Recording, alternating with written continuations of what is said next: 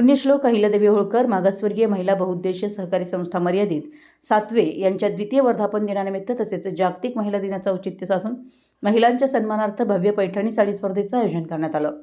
खेळ पैठणीचा सन्मान महिलांचा या संकल्पनेतून आयोजित करण्यात आलेली ही स्पर्धा रविवार दिनांक 1 मार्च 2026 रोजी सकाळी 10 वाजता सातवे हायस्कूल सातवे येथे उत्साहात पार पडली। कार्यक्रमाची सुरुवात मान्यवरांच्या हस्ते दीपप्रज्वलन व प्रतिमा पूजनानं करण्यात आली। उपस्थित मान्यवरांचा फेटा बांधून व झाड देऊन सन्मान करण्यात आला।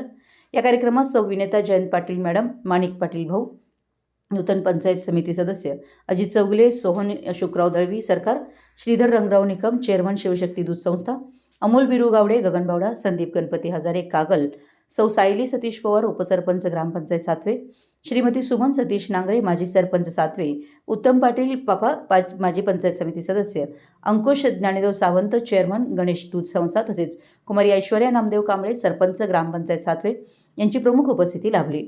स्पर्धेत सहभागी महिलांनी आकर्षक व देखण्या पैठणी साड्यांमधून आपली परंपरा आणि संस्कृतीचं दर्शन घडवलं। विजेत्या स्पर्धकांना पैठणी साडी व 20 सन्मानचिन्ह ट्रॉफी देऊन गौरवण्यात आलं।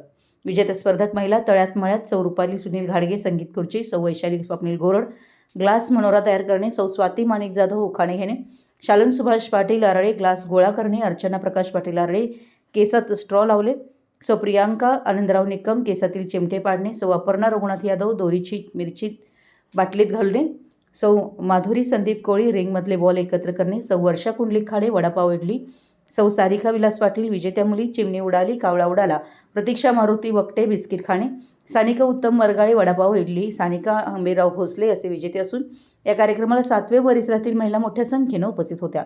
यावेळी संस्थेच्या संस्थापक अध्यक्ष सौ रोहिणी प्रकाश गोरड, संचालिका सौ गीता संतोष जाधव, सौ मेघा दत्तात्रय शिंगारे, सौ मेघा आळोबा गोरड हा कार्यक्रम यशस्वी पार पाडण्यासाठी संस्थेच्या सर्व पदाधिकारी व सदस्यांनी परिश्रम घेतले। शेवटी उपस्थित मान्यवर व महिलांचे संस्थेमार्फत आभार मानण्यात आले। मराठी एस न्यूजसाठी कागलहून प्रशांत दळवी।